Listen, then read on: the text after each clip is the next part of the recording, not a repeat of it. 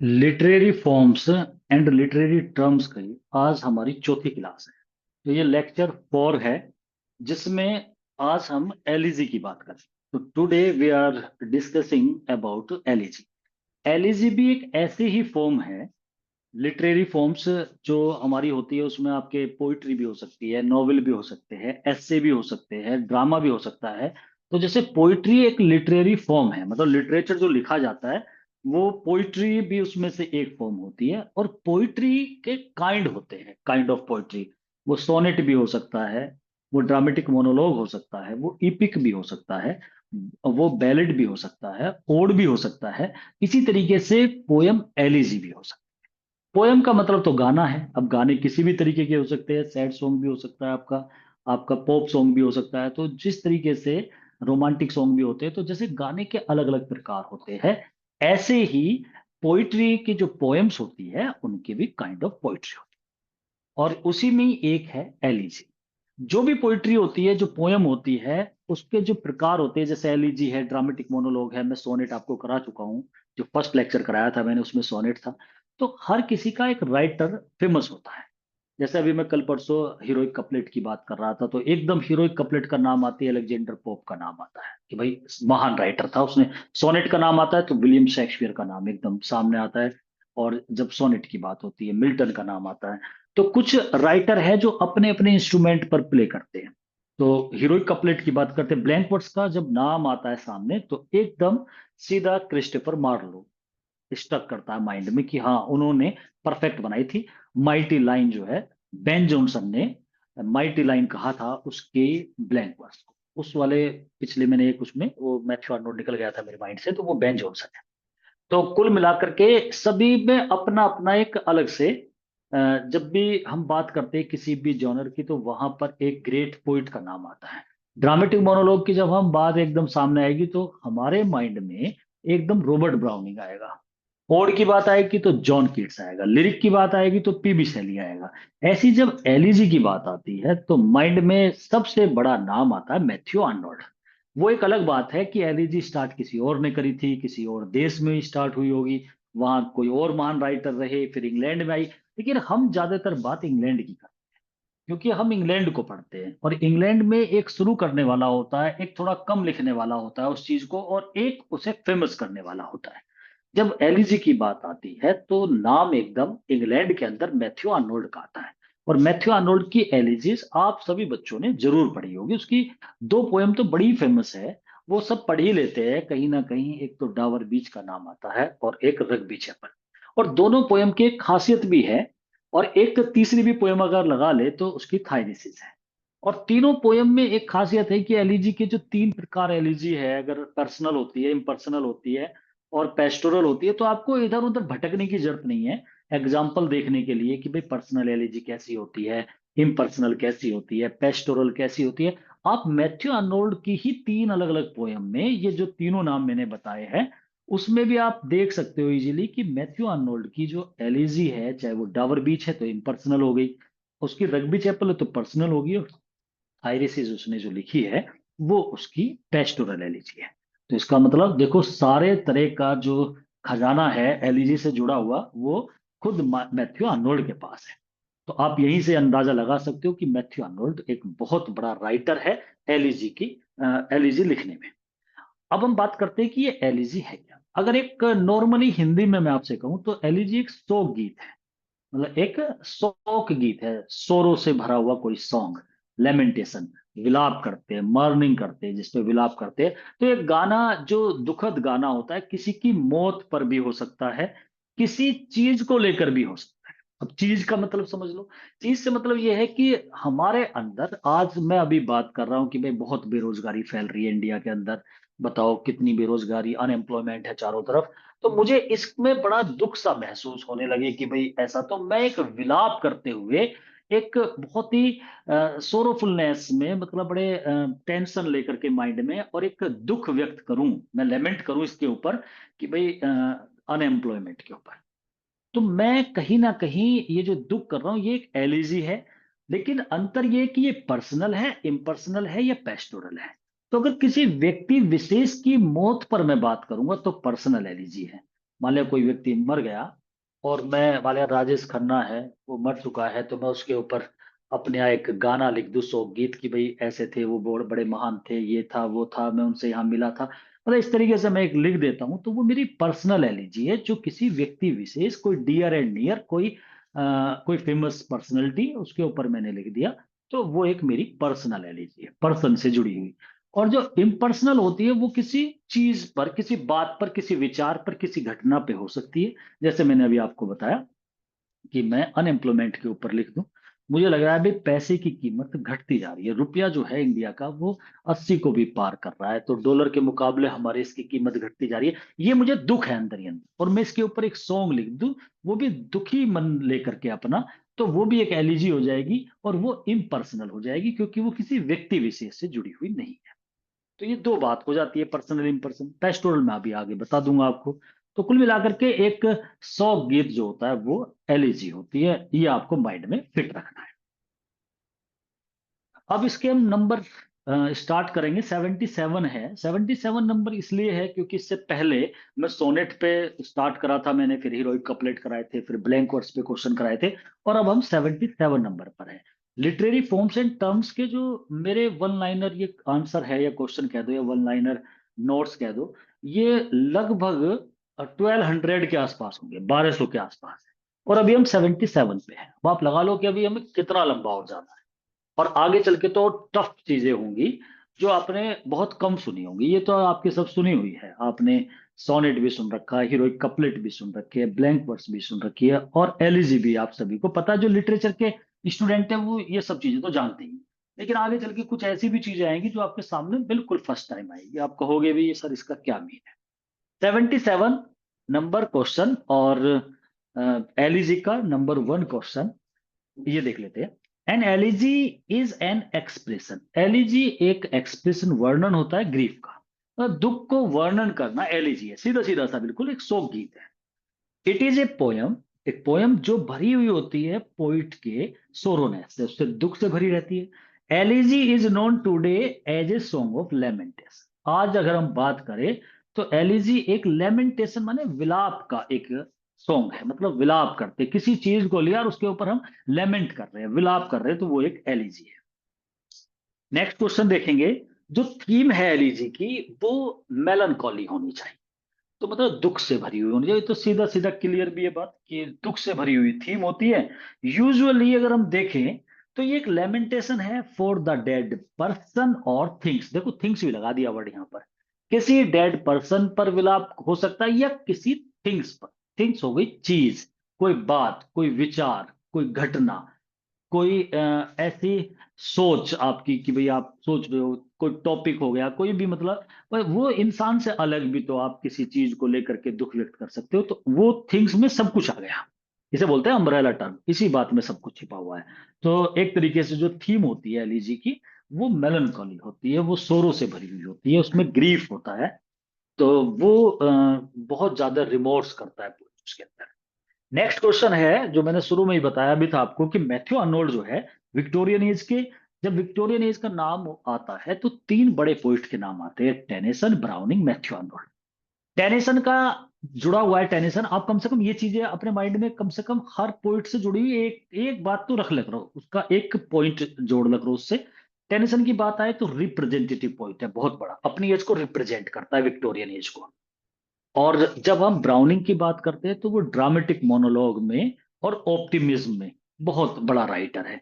और जब हम तीसरा पोइट मैथ्यू आर्नोल्ड आता है तो ये एक एलिजिक पोइट है, बड़ी बड़ा पोइट है एलिजी में, मतलब एलिजी के लिए बड़ा फेमस हुआ है। तो एलिजी में नाम अगर किसी का आता है इंग्लैंड के अंदर, मैं बार बार इंग्लैंड इसलिए बोल देता हूं कि एलिजी आपके इंग्लैंड में ही नहीं लिखी गई थी, इंग्लैंड में तो ये बहुत बाद में आई, उससे पहले ये क्लासिकल एलिजी लिखी जाती थी, जो क्लासिकल वे में है। और क्लासिकल का मतलब जब कभी आ जाए, देखो वर्ड को पकड़ा करो आप, अगर मैं कभी इंग्लिश बोल दूं, इंग्लिश सोनेट, इंग्लिश एलिजी, तो इंग्लिश का मतलब इंग्लैंड से है। और जब मैं क्लासिकल वर्ड बोलता हूं तो आप समझ जाना क्लासिकल का मतलब होता है ग्रीक प्लस इटली, या आप रोम कह सकते। अब आप रोमन और इटली, ये भी अभी बताऊंगा आगे आपको कि रोम और इटली एक ही बात समझ के चलो, इटली की राजधानी आज रोम है, लेकिन पुराने समय में इटली नाम नहीं था, रोम था, मतलब इटली को रोम ही कहते थे। तो पहले रोम एज ए कंट्री चलता था, तो अब रोम, जैसे पहले ग्रीक आज बोलते हैं हम, पहले ग्रीस था उसका नाम। तो पहले ग्रीस था, अब ग्रीक कहते हैं, तो रोम। और अब रोम एक इटली की कैपिटल हो जाती है। तो इसलिए जो रोमन पोइट्स हुआ करते थे पहले वाले पुराने, तो वे बड़े क्लासिकल वे में लिखते थे, बड़े उनकी जो लिखने का जो तरीका था बहुत सबलाइम था। तो बहुत उच्च कोटि में लिखते थे, लॉफ्टी वर्ड्स यूज करते थे। लैंग्वेज भी रोम की जो लैंग्वेज थी वो लेटिन थी। और लेटिन लैंग्वेज ऐसे समझो कि जो बहुत बड़ा विद्वान यूज करता था, मतलब इजीली हर कोई नहीं करते थे। जैसे थॉमस मूर जैसे राइटर हुए हैं, वो तो खैर टीचर थे, पढ़ाते भी थे, लेकिन बड़े बड़े राइटर होते हैं जो लेटिन वर्ड यूज करते थे और लेटिन लैंग्वेज को यूज करते थे। रोम की लैंग्वेज थी, ग्रीक में ग्रीक लैंग्वेज यूज होती थी। तो कुल मिलाकर के जो लेटिन भाषा कभी नाम आ जाए ना, तो ऐसे समझो जैसे हमारे इंडिया में इंग्लिश को हम यूज कर लेते हैं, तो इंग्लिश बड़ी उससे यूज होती है। तो विद्वान व्यक्ति संस्कृत इंग्लिश हिंदी तो सभी बोल लेते हैं। तो इंग्लिश लैंग्वेज नॉर्मल लैंग्वेज, और जब बात करते हैं लेटिन, लेटिन का जो भी महान कोई हुआ है, किसी ने इंग्लैंड में भी आके लेटिन लैंग्वेज यूज करी है। तो लेटिन भाषा बहुत उच्च भाषा मानी जाती है, मतलब एक स्कॉलर जो होता है वो उसे यूज करता है। मैथ्यू आर्नोल्ड के लिए कहा गया है कि वो मोस्ट फेमस पोइट है एलिजी के, इंग्लैंड के अंदर। लेकिन एलिजी इंग्लैंड में ही नहीं थी, मैं आपको बता रहा था, ये प्रोडक्ट ग्रीक का है, मतलब ग्रीक से एलिजी स्टार्ट हो। जैसे सोनेट की जब बात आती है तो हमें पता लगता है ये इटली से स्टार्ट हुआ है। ये सोनेट जो है वो इटली की देन है। तो इटली से स्टार्ट होते हैं सोनेट, क्योंकि पेट्रार्क थे, वो बात अलग है सिसिली में कहीं जाकर के, लेकिन आज सिसिली भी इटली में ही है। तो इटली का प्रोडक्ट है। तो हमें पता होना चाहिए एलिजी कहाँ का प्रोडक्ट है, ये ग्रीक का है। ग्रीक के बाद फिर ये रोम में भी चला। तो ये क्लासिकल एलिजी हुआ करती थी, अब ये मॉडर्न एलिजी बनने लगी जब यहाँ इंग्लैंड में आ गई इन्होंने, तो सब कुछ चेंज कर दिया। दोनों में देखो काफी अंतर है, वो भी बात सामने आ जाएगी। फिलहाल हम देख लेते हैं कि ऐसा नहीं है कि सोनेट केवल विलियम शेक्सपियर ने लिखे हैं। शेक्सपियर का नाम अगर फेमस है तो शेक्सपियर के साथ सोनेट औरों ने भी तो लिखे हैं। भाई उसमें स्पेंसर सिडनी भी है, उन्होंने भी सोनेट सीक्वेंस निकाले हैं। थॉमस वाट एंड सरी भी रहे हैं। उसके बाद वर्ड्सवर्थ हुआ है, कीट्स हुआ है, और मिल्टन हुए, बहुतों ने सोनेट लिखे, लेकिन एक नाम ऊपर हो जाता है ना, वो आ गया आपका विलियम शेक्सपियर का। ऐसे ही बिल्कुल सेम, कि जैसे हीरोइक कपलेट में करते तो बहुतों ने हीरोइक कपलेट लिखे, लेकिन पोप का नाम ऊपर आ जाता है। लिखने को चौसर ने भी लिखे हैं, ड्राइडन ने भी लिखे हैं, लेकिन पोप का नाम ऊपर आ जाता है। In the same manner, if we will discuss about elegy, so there are many persons who wrote elegies in their time, but Matthew Arnold is the greatest poet in the field of elegy. अब यहाँ पर 80 number जो question है, इसमें मैं सारे उन बड़े बड़े पोइट का नाम बता रहा हूं आपको इंग्लैंड के, जिन्होंने एलिजी में काफी कंट्रीब्यूट करा है। जिसमें मैथ्यू आर्नोल्ड तो नंबर 1 पे ही है। टेनिसन ने भी लिखी है, थॉमस ग्रे की तो खैर सभी ने पढ़ी होगी, elegy return in a country church yard, वो 10th 12th में लगी रहती है पोयम। मिल्टन ने भी एलिजी लिखी है, और पीबी शैली की एडोनिस भी सब जानते हैं, etcetera are the famous poets है एलिजी के इंग्लैंड के अंदर। ठीक।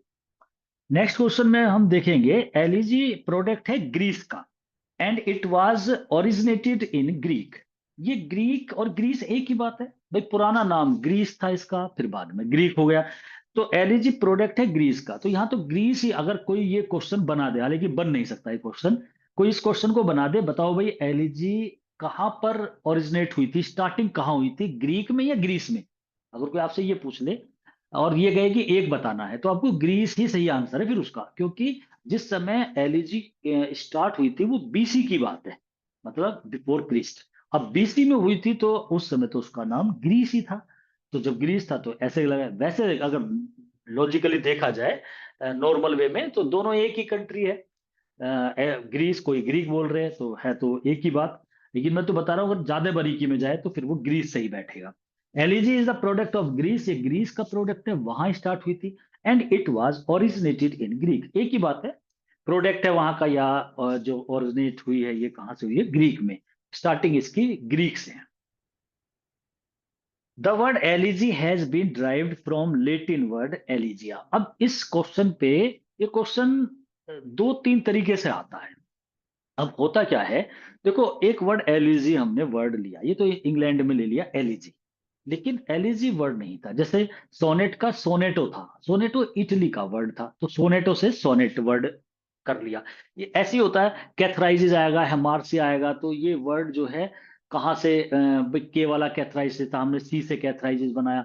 सब वर्ड ऐसे ही लिए गए, ओड भी अलग अलग अलग जगह से, ग्रीक से ये वाला वर्ड लिया, लेटिन से ये वाला वर्ड लिया, ऐसे होता है। अब इसे आप समझो, ये क्वेश्चन दो तरीके से बन जाता है।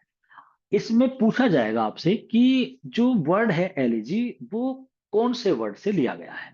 अब या तो दोनों ऑप्शन नहीं होंगे, अब आप समझो, इसकी स्पेलिंग में थोड़ी सी मैं चेंज दिखाऊंगा। लेटिन में एलिजी को, लेटिन से मतलब है रोम में, रोम से मतलब है इटली में, इटली रोम एक ही बात है, और लेटिन वहां की भाषा हो गई।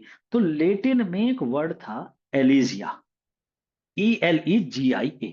अब लेटिन कौन यूज करते थे, यहाँ के पोइट हुए हैं, विर्जिल हुआ है, बहुत बड़ा पोइट हुआ है, और जैसे हमारे यहाँ मैथ्यू आर्नोल्ड है, ऐसे विर्जिल है, ओविड है, तो ओविड हुआ, विर्जिल हुआ। इन्होंने क्या करा, ELEGIA, ये एलिजिया लिखते थे इसे, एलिजी को जब एलिजी लिखा करते थे ना, एलिजिया लिखते थे। तो वहां पर ये वर्ड था। और ग्रीक वाले जो लिखा करते थे, वो एलिजिया की स्पेलिंग ये है, आप देख लो, ELEGEIA करते थे, जी के बाद ई लगाते थे, एलिजिया। इन दोनों का ही मतलब होता है लेमेंट और मर्निंग। और मतलब ELEGY जो हमारा है, ये ऊपर वाला ELEGY, इसका भी मतलब यही होता है। तो कुल मिलाकर के एलिजी वर्ड कहां से ड्राइव्ड हुआ है, अगर ये ग्रीक के वर्ड से ले तो ये वाला वर्ड है, और लेटिन वर्ड मतलब रोम के से ले तो ये वाला वर्ड है। अगर सपोज करो इंडिया में कोई एलिजी लिखने लगे और उसकी स्पेलिंग ऐसे कर दे, ELEGI, वाई हटा के आई कर दे, एलिजी, तो हम कहे कि भाई हमने वर्ड कहां से लिया है। तो ये वर्ड ग्रीक का तो ये वाला वर्ड था, लेटिन का ये था, और इंग्लैंड का ये था।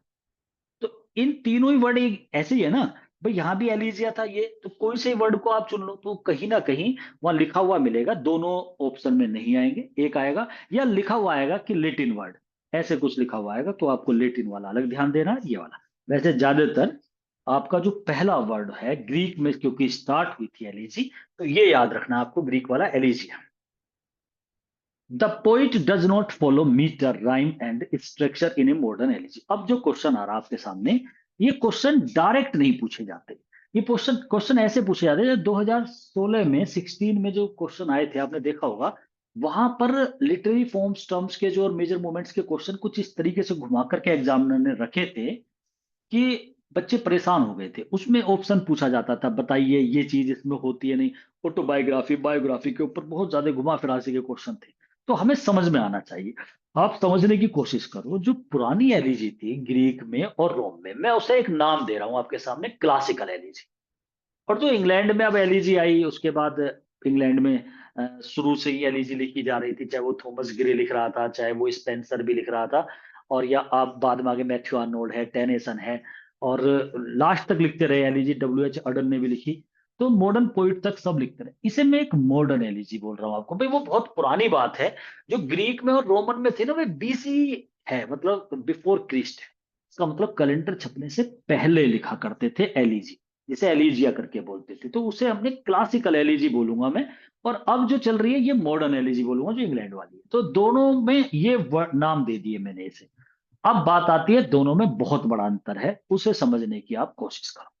पुरानी एलिजी में और जो अब लिखी जा रही है इंग्लैंड में, उस एलिजी में बहुत ज्यादा चेंजिंग हो गई। नाम की तो चलो थोड़ी सी चेंजिंग हुई है, लेकिन अंदर से जो इनका स्ट्रक्चर है, जो तरीका है, वो बदल गया।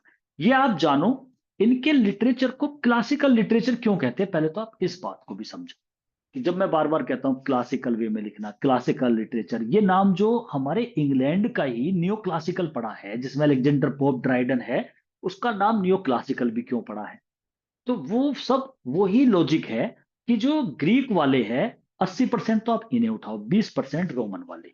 तो ये 100% जो है ना, ये जो इनका लिखने का जो तरीका होता था, वो भी पुराने वालों का, वो बहुत क्लासिकल वे में लिखते थे, बड़े नियम कायदे कानून से चलते थे। और उनके रूल्स, उनके जो सब्जेक्ट मैटर होते थे, वो बहुत लॉफ्टी हुआ करते थे, बहुत ज्यादा, मतलब वो हाई क्लास वे में, मतलब बहुत स्टैंडर्ड वे था इनका। जैसे एक डांस होता है, नृत्य क्लासिकल, उसमें जरा सा भी नियम इधर से उधर हो जाए तो खत्म बात, वो कुछ नहीं होता। एक आप नॉर्मली डांस कर रहे हो, कोई फर्क नहीं पड़ता। तो बहुत ही क्लासिकल वे में लिखते थे, इसलिए ये लिटरेचर जो था ग्रीक वाला, रोम वाला, इसे क्लासिकल लिटरेचर कहा है। और जो हमारा है ये इंग्लैंड वाला, इसे हमने मॉडर्न बोल दो, कोई इंग्लिश लिटरेचर बोल देगा, इसे तो इंग्लिश लिटरेचर बोला जाता है। ऐसे ही देखो ट्रेजेडी आएगी, विलियम शेक्सपियर लिखेगा, उसमें आएगा ट्रेजेडी, क्लासिकल ट्रेजेडी, और ये इंग्लिश ट्रेजेडी या रोमांटिक ट्रेजेडी। तो क्लासिकल वाला जब वर्ड क्लासिकल आता है तो आप समझ जाना क्लासिकल है, तो ये जो ग्रीक वाले लिखा करते थे उसकी तर्ज पे है, मतलब ये लगा लेना आप इसका। अब यहाँ क्लासिकल एलिजी का मतलब आप समझ जाओ कि ये मत समझो कि बहुत महान, वो तो बाद में समझो, पहले ये समझो क्लासिकल एलिजी लिखना है तो अच्छा ये ग्रीक और रोम में जो हुआ करती थी, इसे ऐसे ले लिया करो माइंड में। तो the poet does not follow metre, rhyme and structure in a modern elegy, मतलब जो ये इंग्लैंड वाली एलिजी है, इसमें मीटर, राइम और स्ट्रक्चर को फॉलो नहीं करते। इसका मतलब कहाँ करते होंगे? क्लासिकल में, क्योंकि वो तो नियमों वाली है। तो वहां पर मीटर भी देखते थे, राइम स्कीम, स्ट्रक्चर, इन चीजों को भी एलिजी में देखते थे। ये चीजें जो बंधन है ब्लैंक वर्ड्स में, आपने देखा होगा कि किस तरीके से हम आयम्बिक पेंटामीटर यूज करते हैं, हीरोइक कपलेट में आयम्बिक पेंटामीटर यूज करते हैं। तो वहां मतलब एक बाउंडेशन हो जाती है हमारी। सोनेट का भी एक तरीका है कि ये राइम स्कीम होगी, A B C D E F G G होगी, या A B A C D C करनी पड़ेगी। तो कुल मिला के वहां बाउंडेशन है, 14 लाइन में कंप्लीट करना पड़ेगा सोनेट। तो एक हर हर सॉन्ग एक बाउंडेशन में हो गया। लेकिन एलिजी तो फ्री है, इंग्लैंड वाले तो ऐसा कुछ एलिजी में नहीं करते, लेंथी कर लेते, छोटी कर लेते, और कोई मीटर स्ट्रक्चर इनकी कोई जरूरत नहीं पड़ती। मॉडर्न में, मॉडर्न से मतलब है जो इंग्लैंड में हो रही, ये सब मॉडर्न है। तो the poet does not follow metre, rhyme और स्ट्रक्चर वगैरह, इनकी कोई जरूरत नहीं है मॉडर्न एलिजी में। दे जज द एलिजी, अगर जज करेंगे ना एलिजी की, भाई ये एलिजी है। मान लिया मैंने अभी आपको स्टार्टिंग जब करी थी एलिजी का, तो मैंने बताया भाई एलिजी क्या है। मैंने एकदम बता दिया आपको भी, एलिजी वो है जो एक दुखद, मतलब एक मेलनकोली थीम पे लिखी जा रही हो, जहां दुख व्यक्त कर रहा हो पोइट, किसी की मौत हो सकती है उस पे लिखी जा रही हो, वो एलिजी है। एक सिंपल सिंपल बता दिया मैंने। मैंने आपको ये तो नहीं बताया राइम स्कीम ये होगी, स्ट्रक्चर ये होगा, मीटर ये होगा, ऐसा कुछ नहीं बताया ना। क्योंकि इसलिए नहीं बताया मैंने, मैं तो और इंडिया में हूं, तो मुझे तो बिल्कुल वो चीजें तो बहुत पुरानी बात है। ग्रीक में क्लासिकल एलिजी हुआ करती थी ऐसी तो, लेकिन मॉडर्न एलिजी में तो ये सब कुछ नहीं है। दे जज, ये जो मॉडर्न वाले हैं वे जज करते हैं एलिजी को किस बेस पर? थीम और सब्जेक्ट मैटर। भाई थीम कैसी है? डेथ की थीम है, मौत की दिखा रही है, इसमें दुख है, सोरोनेस है। सब्जेक्ट मैटर कोई किसी के मौत पे है, सब्जेक्ट मैटर देखेंगे और थीम देखेंगे, पता लग जाएगा ये एलिजी। भाई अगर कोई चीज किसी की लव की प्रशंसा में हो रहे तो वो एलिजी है ही नहीं। कोई किसी की शादी के उसमें सेलिब्रेशन में कोई गीत गा जा रहा हो, वो एलिजी नहीं है। ठीक है ना? कोई लवर है वो अपनी लव को प्रपोज करने के लिए कोई गीत गा रहा हो, वो एलिजी नहीं है। कोई व्यक्ति अपने दोस्त को समझाने के लिए कुछ कह रहा हो, वो एलिजी नहीं है। अगर हमें थीम और सब्जेक्ट मैटर पता लग जाए, अच्छा ये व्यक्ति मर गया, ये इसकी मौत पे पोइट जो है वो विलाप कर रहा है, हमें पता लग गया, तो हमें पता लगा ये एलिजी है। तो इसको ना थीम और सब्जेक्ट मैटर को देखते हैं मॉडर्न वाले, और जो ऊपर वाली चीजें स्ट्रक्चर को देखते हैं वे है क्लासिकल वाले। वो कौन सा स्ट्रक्चर देखते हैं, ये भी क्वेश्चन भविष्य में छिपा हुआ है, बताऊंगा नेक्स्ट क्वेश्चन आएगा जब, कि वो कौन से स्ट्रक्चर को देखते हैं। इसका मतलब कहीं ना कहीं कोई ऐसा स्ट्रक्चर है, उसे देख के बता देते हैं। जैसे 14 लाइनों को देख करके और राइम स्कीम को मैच करके हम बता देते हैं, अच्छा ये सोनेट है। जैसे आयम्बिक पेंटामीटर देख करके कि iambic pentameter rhyme scheme match कर रही है, दो लाइनें हैं, अच्छा ये हीरोइक कपलेट है। ऐसे ही राइम स्कीम मैच नहीं कर रही है, आयम्बिक पेंटा, अच्छा ये ब्लैंक वर्स है। तो जैसे हम ऐसे पहचान लेते हैं ना, स्ट्रक्चर से भी पता लग जाता है कि ये क्या चीज है। तो ऐसी एलिजी का भी एक स्ट्रक्चर है, लेकिन फिलहाल नहीं है। फिलहाल मॉडर्न में बात करें तो कुछ नहीं है ऐसा। In elegy poet tells his emotions not a story. जो एलिजी होती है उसके अंदर पोइट के इमोशन, वे भी दुखद वाले, दुख व्यक्त होता है, इमोशन आते हैं उसके, खुशी वाले नहीं, दुख वाले। स्टोरी नहीं होती, कहानी नहीं होती। इसमें कोई कहानी नहीं बताई जाएगी आपको कि पोइट दुखी है, वो अपना एक, जैसे होता है ना कि फर्स्ट पर्सन यूज करके, मैं आज बहुत दुखी हूं, मुझे ऐसा हो रहा है, काश वो होते, मेरा दोस्त काश वापस आ जाए, मेरे पिता काश ऐसे वापस आ जाए, वो थे तो कितने खुश थे, ये था वो था, वो ऐसे चलेगी। तो पोइट के अपने इमोशंस जो है वो निकल के आते हैं एलिजी के अंदर, स्टोरी नहीं होती। अब स्टोरी की बात करें किस में होती है, तो स्टोरी बैलेड में होती है। जो बैलेड सॉन्ग आएगा वो भी पोइट्री की एक फॉर्म होती है, बैलेड, जैसे एलिजी है। तो बैलेड जब मैं आपको कराऊंगा तो मैं बताऊंगा बैलेड में एक कहानी होती है, उसमें एक स्टोरी नरेट होगी, जैसे द लेडी ऑफ सैलेड। वो सैलेड पे जो लेडी थी, टेनिसन ने लिखा है, वो बैलेड है। जैसे rhyme of ancient mariner, S T college ने लिखा है। राइम माने कहानी हो गई, एक एंशियंट मैरिनर की कहानी है, उसमें बताया जाता है एक बार की बात है कि एक मैरिनर था, एक मल्लाह था। वो बहुत बूढ़ा हो चुका था, उसके हाथ बड़े पतले थे, वो बैठा हुआ था। एक बारात जा रही थी, शादी हो रही थी, तो वहां गेस्ट जा रहे थे। उसने उन गेस्ट में से एक को पकड़ा और कहा कि अरे सुनो, मेरी भी एक कहानी सुनो, एक बार की बात है। तब वो उसे कहानी बताता। जहां स्टोरी चलेगी वो बैलेट है। द लेडी ऑफ सैलेट है, सैलेट पे एक लेडी थी, उसे एक श्राप पड़ा हुआ था कि वो अगर किसी को सामने विजुअली देख लेगी, आमने सामने, तो वो भस्म हो जाएगी, सब कुछ तहस नहस हो जाएगा। तो वो एक मिरर के सामने बैठी रहती थी और हमेशा वहीं से देखती थी। जो भी कैमलोट एक जगह थी वहां आता जाता रहता था। कभी ये जाते थे, कभी वो जाते थे, कभी राजा जाते थे, कभी सेनापति जाते थे, कभी लड़कियां जाती थी, कभी लड़के जाते थे, कोई मार्केट में जाता था। वो सबको मिरर में देखती रहती थी, क्योंकि उनकी सबकी परछाई, सबके चित्र मिरर में आते रहते थे और एक जाला बुन रही थी। ठीक है। एक दिन लैंसलॉट, एक योद्धा आया, वो इतना बढ़िया चमक रहा था, उसकी खूबसूरती बताते, वो एकदम मिरर छोड़ के उसे आमने सामने देखने के लिए एकदम सामने पहुंचा। जैसे उसे देखती है तो वो श्राप, जो कर्ज था उसके ऊपर, वो चालू हो जाता है। तो कहीं ना कहीं फिर उसकी मौत हो जाती है, मतलब मर जाती है वो। तो ये कहानी है। तो जो कहानी होती है वो बैलेड है। यहाँ पे कहा जा रहा है एलिजी में इमोशन, पोइट के भाव निकल के आते हैं, वे भी दुख वाले आते हैं, खुशी के नहीं आते। और जो विभाव निकल के आते हैं वो एलिजी होती है, स्टोरी नहीं होती इसमें। नेक्स्ट 85 नंबर क्वेश्चन है, generally the elegy is return in first person. ये जनरली वर्ड इसलिए लगा देते हैं कि आप 100% भी ना सोच के चले कि भाई फर्स्ट पर्सन हर जगह ही होगा, लेकिन मोस्टली ऐसा ही होगा। अब ऐसे तो सोनेट में भी 10.5 लाइन के भी बन गए, 14 के भी नहीं होते, तो कहीं ना कहीं जनरली वर्ड से बचाव हो जाता है लिखने वाले का। Generally the elegy is return in first person, first person I और वी होते हैं। तो ये क्योंकि इसमें होता है मैं, मुझे तो उसकी, अपने किसी दोस्त की मौत पे जैसे कोई लिखेगा कि अरे मेरे दोस्त तुम आ जाते, मैं तो बहुत दुखी हूं तुम्हारे लिए, मैं तो तुम्हें याद कर, ऐसे चलती है ये। तो इसलिए फर्स्ट पर्सन में होती है। In ancient Greece and Roman literature में elegy was written in elegiac couplet. अब आती है बात, और टेक्निकल बात है, इस क्वेश्चन को बड़े ध्यान से समझना। और ये क्वेश्चन इंपोर्टेंट हो जाते हैं। इनमें कभी कभी जो अच्छे एग्जामिनर होते हैं, जो पेपर सेटर होता है बढ़िया, वो ऐसे क्वेश्चंस को निकाल लेता है और फिर आपको 3 4 वे बना देगा, बताइए इनमें से कौन सा है कौन सा नहीं है। तो आप इसे समझ लोगे तो चाहे वो कैसे भी दे दे क्वेश्चन। अब समझो, मैं भी आपको बता रहा था मॉडर्न एलिजी, तो बताया जो इंग्लैंड में है, तो यहाँ तो बिल्कुल थीम के ऊपर है, दुख व्यक्त होता है, एलिजी हो गई। लेकिन क्लासिकल एलिजी ऐसी नहीं हुआ करती थी। इसका मतलब रोम वाली और ग्रीक वाली एलिजी, जो पुराने राइटर थे, जो बिफोर क्रिस्ट लिखा करते थे, तो वो कुछ अलग ही तरीके से एलिजी लिखते थे। उन्होंने कोई स्ट्रक्चर बनाया हुआ था, उसी के अकॉर्डिंग चलेंगे। वो क्या था वो देख लो। इन एंशियंट ग्रीस में या रोमन लिटरेचर में, दोनों को लेके चल रहे हैं, दोनों को मिला दिया तो एक क्लासिकल लिटरेचर हो गया। Elegy was written in elegiac couplet.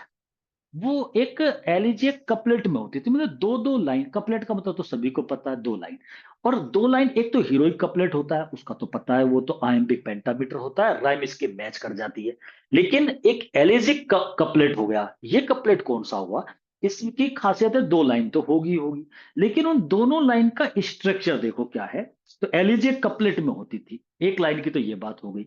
जैसे आपसे पूछ ले कि जो क्लासिकल एलिजी है, वो किस कपलेट में लिखी हुई है, तो वहां पर आपको ऑप्शन में दे दे heroic couplet, blank verse, elegiac couplet.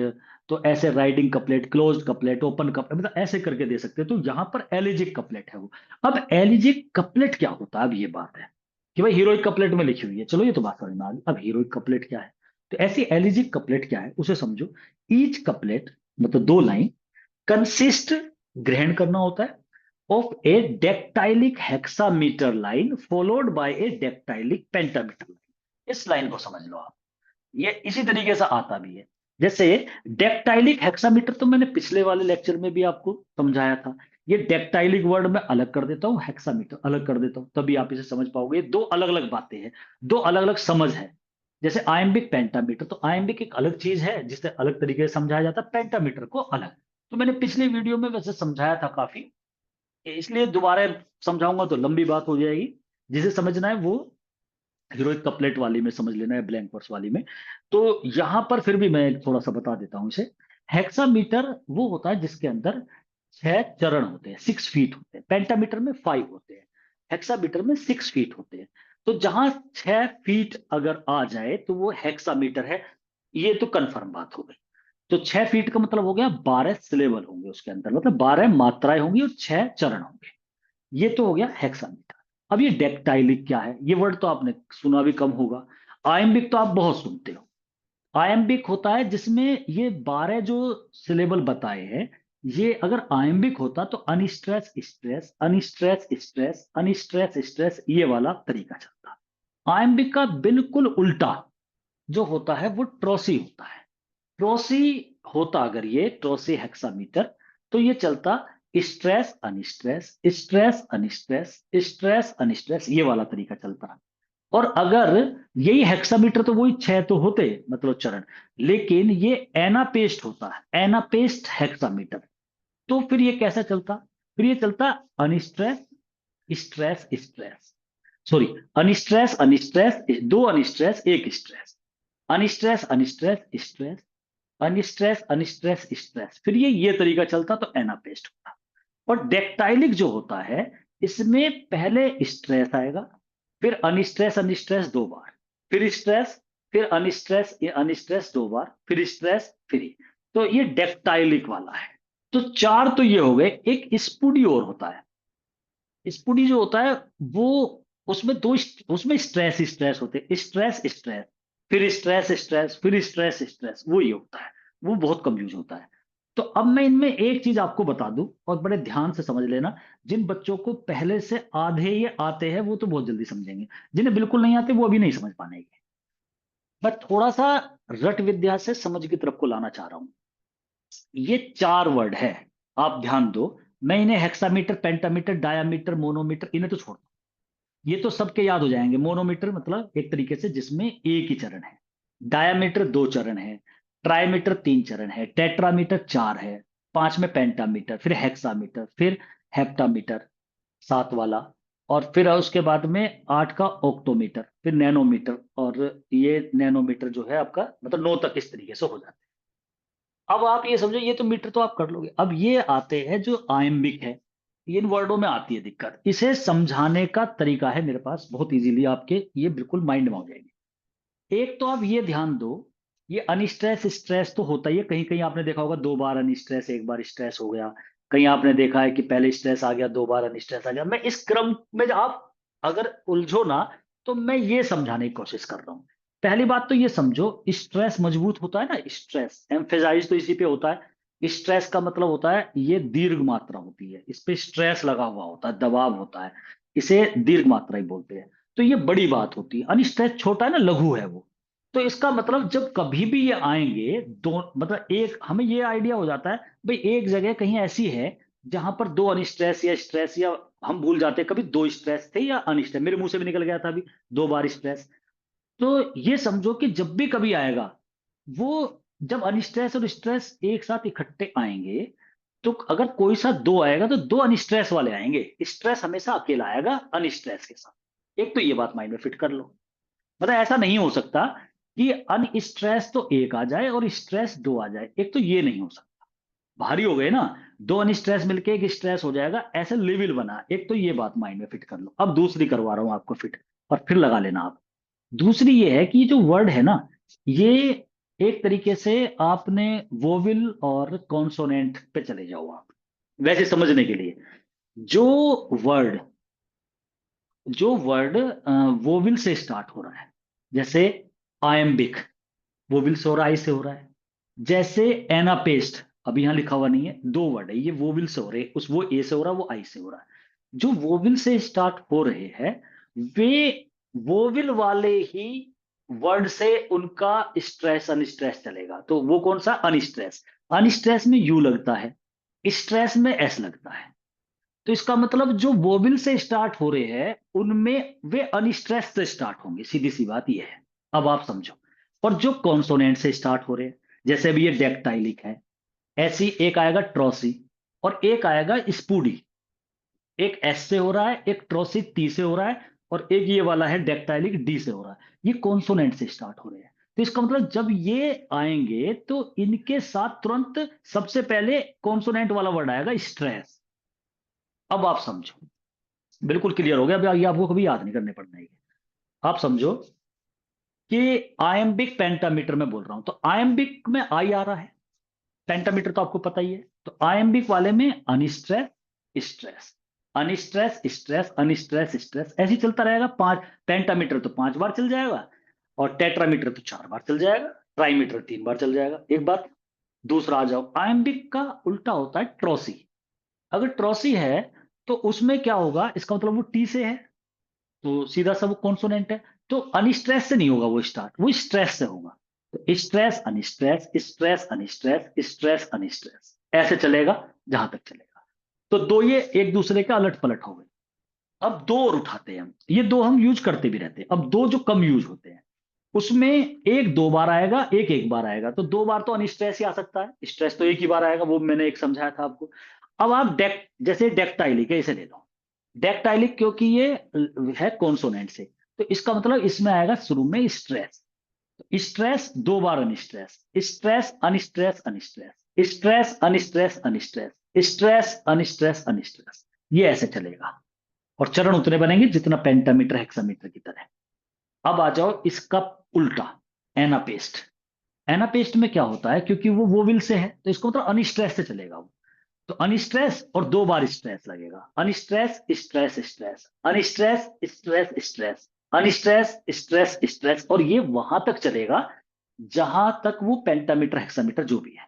एक और बचा स्पूडी है, वो बहुत कम होता है, उसमें स्ट्रेस स्ट्रेस ही आते रहते हैं। तो वो वैसे भी एस से है तो ऐसे ही आ रहा है, उसमें सीधा सीधा कर देना। तो अब ये वाला, अब हमेशा ध्यान रखना आपको। तो यहां पर देखो, each couplet consist of dactylic hexameter रखता है। प्रत्येक कपलेट में डेक्टाइलिक हेक्सामीटर लाइन होगी, जो फॉलो की जाएगी डेक्टाइलिक पेंटामीटर से। अब फॉलो करना है तो उसके पीछे पीछे आएगी। तो डेक्टाइलिक हेक्सामीटर को फॉलो करेगी, मतलब उसके पीछा करेगी कौन सी लाइन, डेक्टाइलिक पेंटामीटर की। इसका मतलब ऊपर वाली लाइन जो है वो डेक्टाइलिक हेक्सामीटर होगी।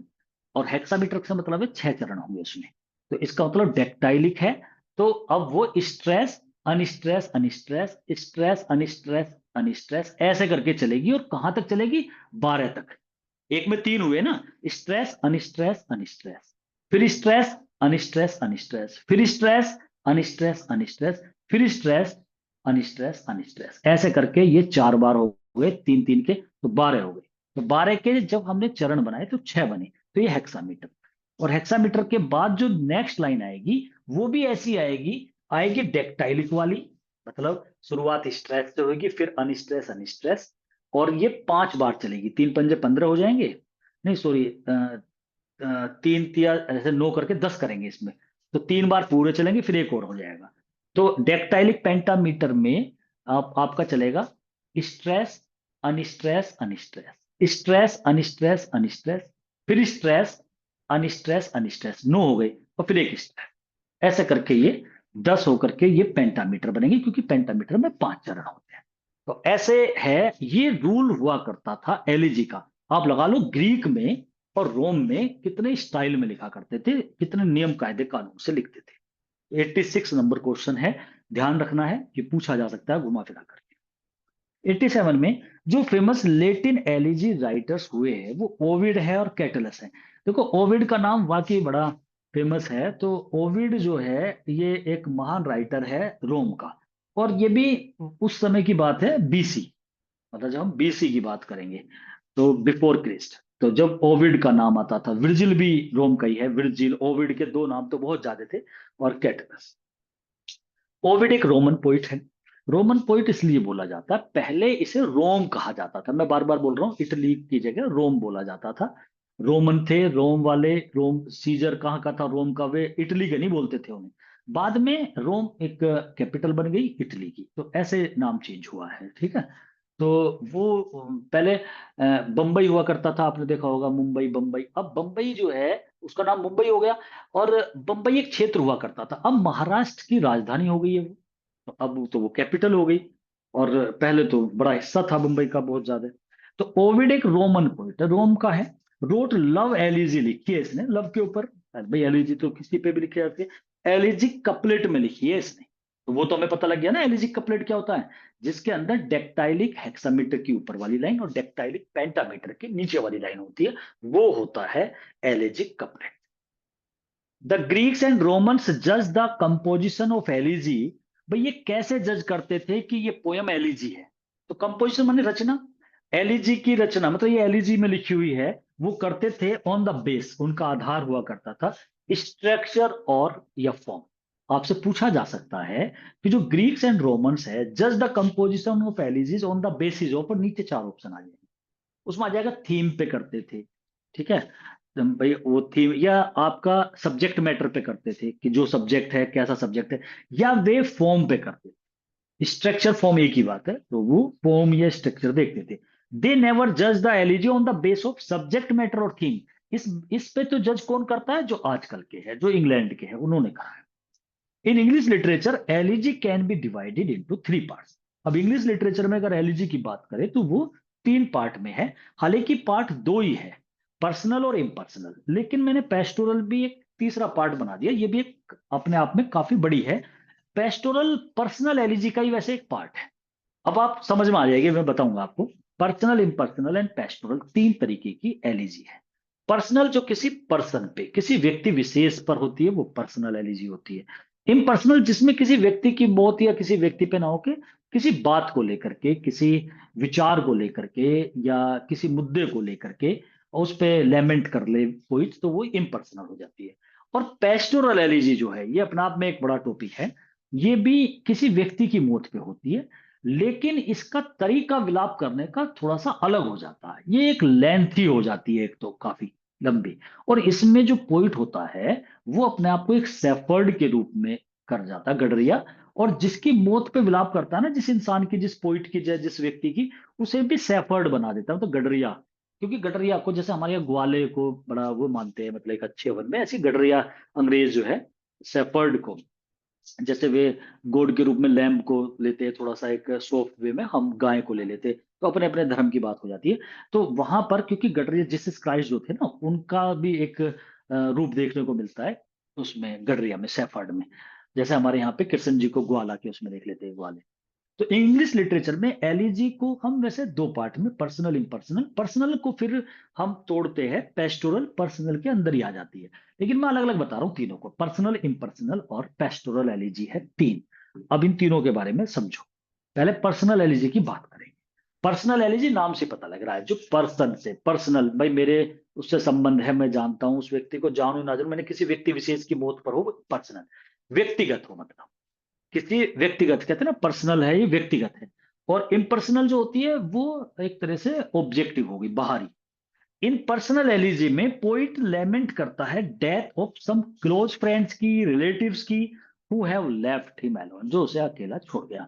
वैसे कोई जरूरी नहीं है दोस्ती हो, कोई एक नामी ग्रामी व्यक्ति भी हो सकता है, जैसे कोई महात्मा गांधी के ऊपर एलिजी लिख दे, चाहे वो उसका पर्सनल भी ना हो तो भी एलिजी है। रिलेटिव पे हो सकती है, जो उसे अकेला छोड़ गया हो इस वर्ल्ड में। This elegy is the tribute, ऐसा लगता है जैसे हम श्रद्धांजलि दे रहे हो उन व्यक्तियों को, पोइट की साइड से श्रद्धांजलि है। आप किसी व्यक्ति की कोई मौत हो जाती है, आप उस पर एक एलिजी लिख दो, तो वो एक तरह से श्रद्धांजलि है उसके लिए। तो ये एक मतलब पर्सनल एलिजी किसी व्यक्ति विशेष की मौत पर हो। Personal elegy is also known as subjective elegy.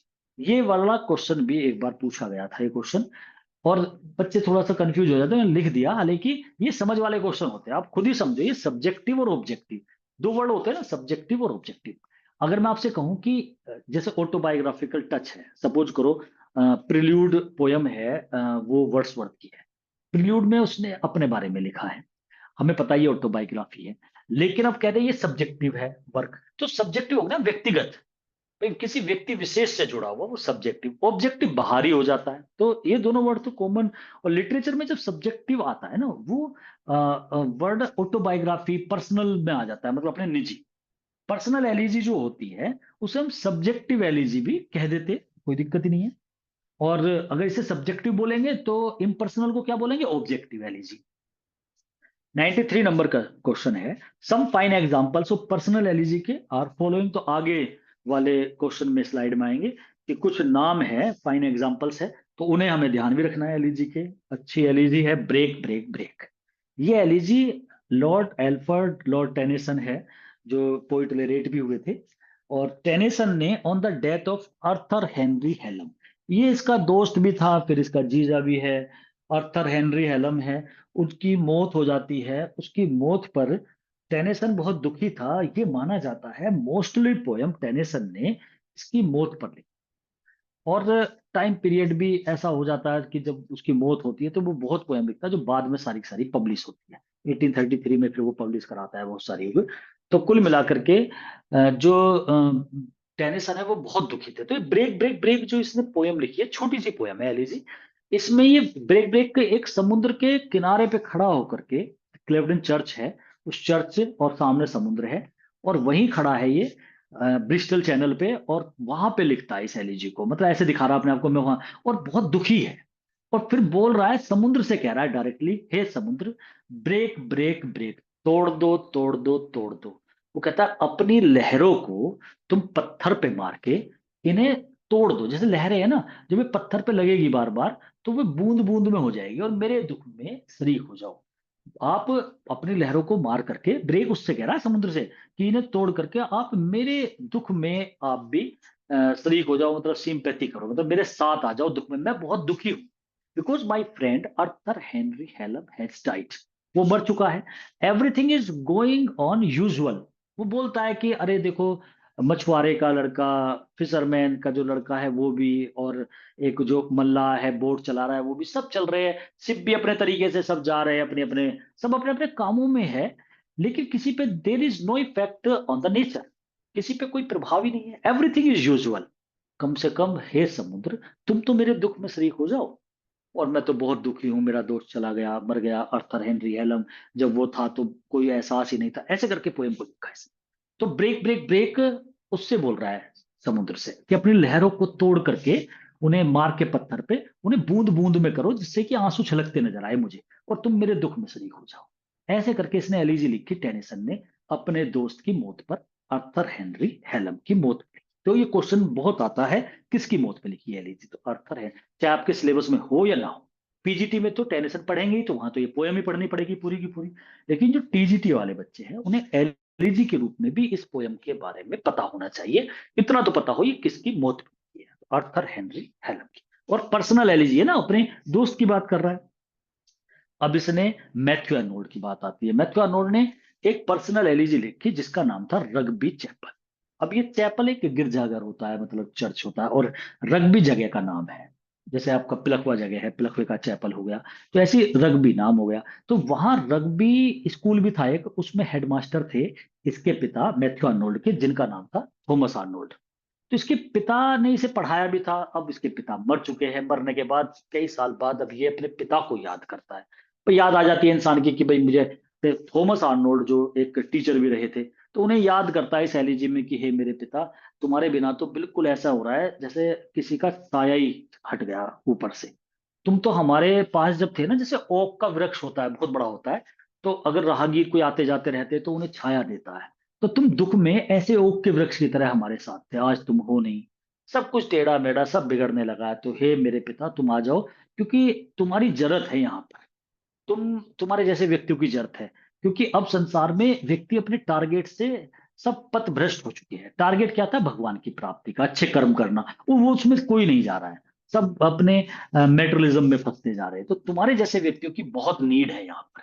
तो please come back my father, doctor Thomas Arnold के लिए बोलता है। मैथ्यू आर्नोल्ड अपने पिता को कह रहा है, अपने पिता की मौत पे लिख रहा है कि तुम्हारी जरूरत है, तुम आ जाओ, तुम ही इस काम को कर सकते हो इजीली, सबको उनके टारगेट पे पहुंचाने का वर्क। तो ऐसे करके इसने रग्बी चैपल करके एक पोयम लिखी, और अपने पिता की मौत पर लेमेंट कर रहा है, इसलिए एलिजी है। और पिता की मौत पर कर रहा है, एक व्यक्ति विशेष की मौत पर है, तो ये पर्सनल एलिजी है। तो ये थॉमस आर्नोल्ड के मौत पर लिखी है। In memory of W B Yeats, ये नाम है, नाम से पता लग रहा है डब्ल्यू बी यीट्स की याद में। डब्ल्यू बी यीट्स तो मॉडर्न एज का पोइट हुआ था। W B Yeats symbolic poet के नाम से जाना जाता है। Written by W H Auden, जो मॉडर्न एज का ही पोइट है डब्ल्यू एच अडन, उसने लिखी है on the death of W B Yeats. ये यीट्स की याद में लिखता है इसे, तो नाम से क्लियर हो रहा है डब्ल्यू बी यीट्स की याद में लिखी। अमेरिकन पोइट है वाल्ट विटमैन। इसकी आपने फेमस पर्सनल एलिजी देखी होगी, O captain my captain. Abraham Lincoln जो प्रेसिडेंट थे अमेरिका के, उनकी मौत के बाद उसने एक शिप दिखाया, शिप को एक तरह से सिंबलाइज करा उसने कि ये अमेरिका है। उसका कैप्टन बनाया किसे? अब्राहम लिंकन को। तो अब्राहम लिंकन जो है वो इसे शिप को चला रहे थे, ये शिप इतनी शानदार तरीके से चल रहा था, उनकी मौत हो जाती है, वो शिप के डेक पर पड़े हुए हैं कि हे किनारे, समुद्र के किनारे पे बोलता है कि भाई सब उत्साहित हो जाओ, सब मेरे साथ एक्सोल्ट करो। तो वहां पर इसने इनकी मौत की सराहना की, भाई ये बहुत महान व्यक्ति थे। अब्राहम लिंकन की मौत पे लिखी है, तो प्रेसिडेंट की मौत पे लिखी है। वाल्ट विटमैन अमेरिका के राइटर है, उन्होंने भी एलिजी इस तरीके से लिखी है। ये पर्सनल एलिजी है व्यक्ति की मौत पर है। डब्ल्यू एच अडर ने wrote famous personal elegy in memory of W B Yeats, ये मैंने बता दिया। American poet Walt Whitman wrote a famous pastoral elegy. एक पेस्टोरल एलिजी, अभी पेस्टोरल एलिजी के बारे में मैंने बात करी नहीं है, बाद में बताऊंगा, फिलहाल इसका नाम देख लेना। वैन लिलाक्स लास्ट, ये फूल का नाम है, लिलाक्स, लाइलैक्स बोलते हैं, lilacs last in dooryard bloomed, मतलब ये खिले हुए जो लाइलैक्स थे ना, वो उनका अंत हो गया। तो इसका मतलब वो मौत है अब्राहम लिंकन की मौत पे इसने ओ कैप्टन माय कैप्टन भी लिखी। लेकिन ये एक लेंथी एलिजी है, when lilacs last in the dooryard bloomed, ये भी इसने विटमैन, और ये पीजीटी में तो आपको पढ़नी पड़ेगी। 100 पे आ चुके हैं हम, अभी 1200 क्वेश्चन है इसके, और अब 100 पे है। Ben Jonson wrote his famous elegies on my first son, on my first daughter, ये बेन जॉनसन ने लिखी है, जो विलियम शेक्सपियर के साथ ही आता है, एलिजाबेथन पोइट है, पोइट एंड ड्रामेटिस्ट है। John Skelton wrote dirge on Edward second on the death of King Edward. King Edward हुए हैं, उनकी मौत पर एक डिर्ज लिखा है। हालांकि डिर्ज जो होता है इसके बारे में मैं आपको बताऊंगा। डिर्ज एक सो गीत होता है जो फनरल पे गाया जाता है, किसी के मौत पर, जनाजे जब कोई व्यक्ति को दफनाते हैं ना जैसे, तो उस समय गाया जाता है। तो डिर जॉन एडवर्ड सेकंड, ये इस तरीके से जॉन स्केल्टन ने भी एक एलिजी लिखी है, और डेथ थी किंग एडवर्ड। ऑकलीफ, ये हॉकलीव है, एच हो रहा है इसमें, गलत है, ये मिसप्रिंट हो रहा है, H O double C L E V, ये थॉमस हॉकलीव है। Thomas Hoccleve wrote the regiment of Prince.